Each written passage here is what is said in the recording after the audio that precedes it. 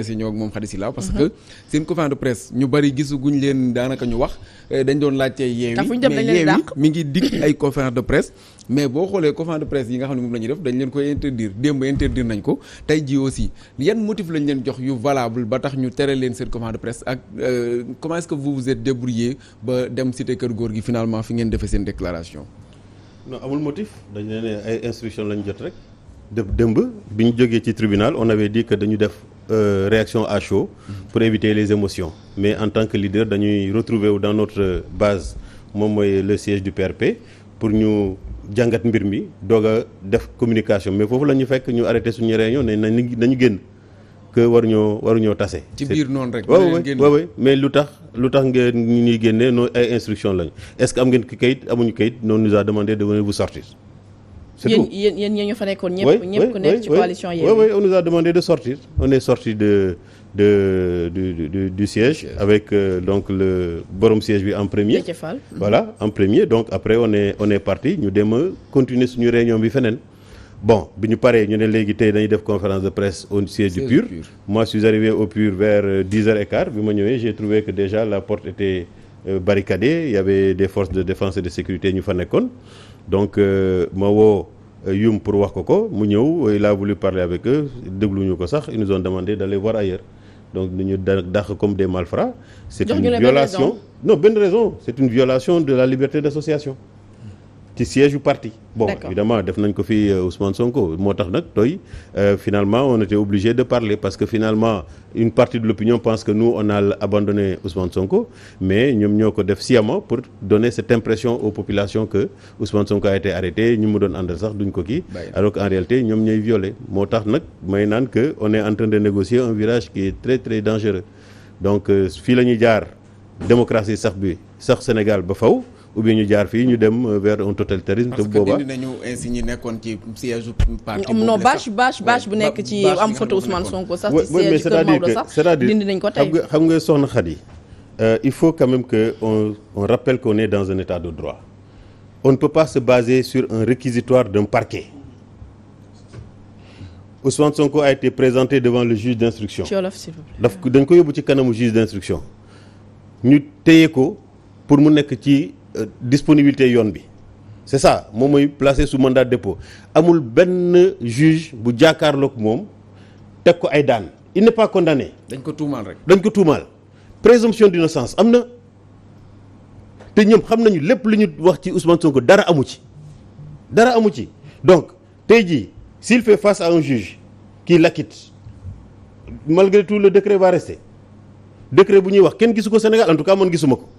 ci la gouvernement bi sukkandiku. ci communiqué ministre de l'intérieur bi ci la ñuy wax ni pas de ci la cité décret bi cité na numéro décret bi. mais le décret est-ce que c'est publié dans le journal officiel. non munoo gaawantu nga génnee bataaxal ne test nañu parti bi avec des fautes d'orthographe ils ont écrit dissous avec S le parti Pastef est dissous avec S alors que T la. donc loolu yëpp dafay wone ne gaawantu la ñu dissoudre parti boobu et il l'exécute aussitôt après. est-ce que du woon contre-feu non du contre-feu c'est-à-dire que dissolution toute la colère daanaka nit ñi mer nañ ci dissolution ñi ngi wax ay waxam ak yooyu noonu ñu ne ci même jour bi ñu ne tas nañ parti Pastef jàppoo ne dañ ko def pour désorienter un peu colère oui ça peut être un contre-feu mais dissolution Pastef moom ça a été une réalité mais jour bi parce que le fait que ñu def ko démb Ousmane Sonko moo nekkoon cappaandaw gi tous les responsables de Pastef sont en prison ou presque ñu nekkul en prison ñoo ngi leen di takkal bracelet donc c'est ça la dissolution d'un parti mais ça nous ramène des années-lumière en arrière. parce que dans les années 60. oui parce que quand même parti dissous au Sénégal. oui parce que quand même sànq Pape Matar wax na ko mais boo amee organisation buy dissoudre xanaa MFDC moo ci gën a jekk. waaw bu nekk en rébellion de plus de 3 décennies. oui or Pastef n'a mené que des activités politiques. yeneen dossiers yi ñuy wax nii yëpp ils ont fait l'objet d'enquêtes te enquêtes yooyu amul benn résultat bu wone ne ñooñu ngi jàppoon par exemple les gens encagoulés là mun nañ leen jàpp ñu def seen enquête ils se rendent compte que ça n'a rien à voir avec le Pastef ñu tuddee leen benn tur mais aujourd'hui ñu ne yooyu yëpp ils sont rattachés à Pastef et la preuve c'est que dans le réquisitoire du parquet dafa ne tout converge vers le Pastef te amul benn élément d'enquête bu mu indi wane ne ñoom ñu ñuy tuddee ay commando ay forces spéciales que c'est lié à Pastef. est-ce que daf ñu enquête interne aussi. non mais bu ñu defee enquête interne bu dee si c'était lié à Pastef ka xanaa dañ doon dem jàpp Ousmane Sonko depuis lors mais aujourd'hui dañu ne moom dafa sàcc portable moo tax ñu jàpp ko.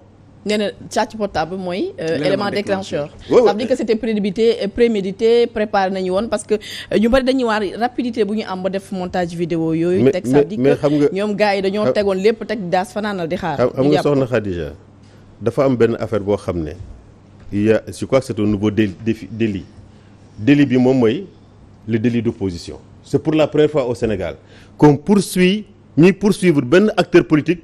ci ay déclarations yi mu def. parce que juste c'est un opposant alors nañ ñëwaat ci ñëw Théodore Semedo est-ce que le fait ñu dissoudre parti Pastef loolu dafay traduire ne léegi l'opposition sénégalaise amatul droit à la parole maanaam dañoo dem ba léegi sax waxuma sax Pastef mais ñi képp ku bokk ci coalition Yewwi Askan Wi pour ñu am sa conférence de presse wax ak journalistes yi depuis barki démb ba léegi mënuñu ko.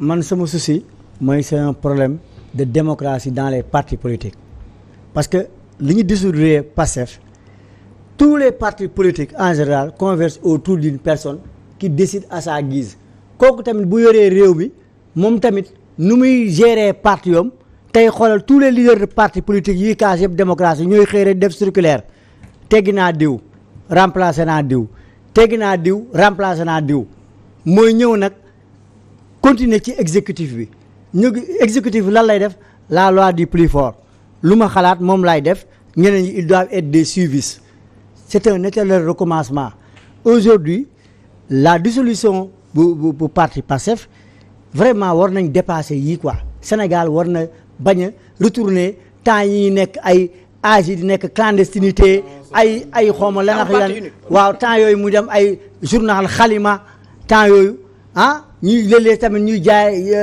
yenn journal yi si dans la clandestinité je crois que loolu war nañ vraiment dépasser loolu aujourd'hui lan lañ waroon def tey suñu démocratie fan la waroon toll mooy débat d'idées la ñu waroon kii mais aujourd'hui lu ñu na ma yàlla baal on est en train d'assister à une démocratie violente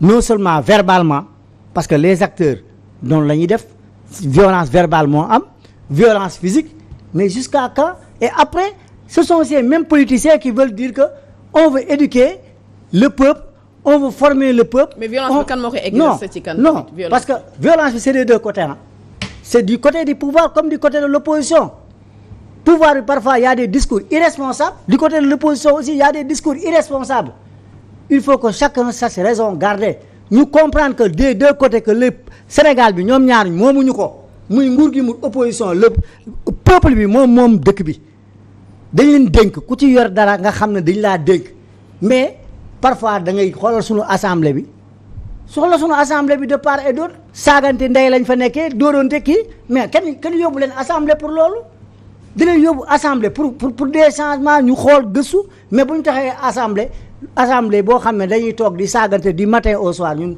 soxlawuñu loolu. te loolu tey espace politique bi attention bu njëkk ba parti yi da doon am ay école du parti mais am na benn parti boo xam ne man damay wax ci digg bi laay jaar un parti comme l'APR Djibril War bu ma déggee ne kooku mooy directeur école du parti wax kaddu yu muy wax pour un directeur de école du parti ku war a yar mais kooku waruñu ko def directeur école du parti Macky Sall ñàkkul ay ressources humaines de qualité. cette même chose nag moo am ci parti opposition yi tey. parti opposition yi non xaaral gis nga li nga Issa. dafa am benn affaire boo xam ne il faut ñu nangu ko. une responsabilité citoyenne mooy nañu waxante dëgg. que soit opposition bi comme pouvoir bi y a des gens yoo xam ne seen discours baaxul. mais keroog seen député boobu Birane Souleye Diop mais ça c'est un discours irresponsable qu'il avait dit même s'il a demandé pardon en tant que président du groupe parlementaire galaa muy wax yenn kaddu yi da ko war a seetaan. mais y a eu des précédents. non attends. il était dans un espace politique il n'a pas fait. mais Diante ça n'a pas sa raison defu ko assemblée nationale yow munoo ñëw nga war a joxe exemple. man muy pouvoir muy opposition bi ñoom ñëpp laay wax espace politique bi seen langage dañ ko war a xoolaat. est-ce que du nëpp national lañu war a def parce que am na ko taxaw tam biir assemblée ne maa ngi yor jaasi bu ñu kiiw dañuy génn donc moom laa def introspection ci les deux parts de cette classe politique ci seen kàddu mais ñu revenir un peu sax ci mbir mi ndax déjà information bi nga xam ne moo ñu dab nii mooy Pape Alé Niang di njiital Dakar Matin moom daal nañ koy placer sous mandat de dépôt li ñu koy tuumaal mooy appel à l'insurrection acte ou manœuvre de nature à compromettre la sécurité publique yooyu mooy yi nga xam ne moom lañ koy toppee il est actuellement détenu nag au pavillon spécial lañ ko yóbbu finalement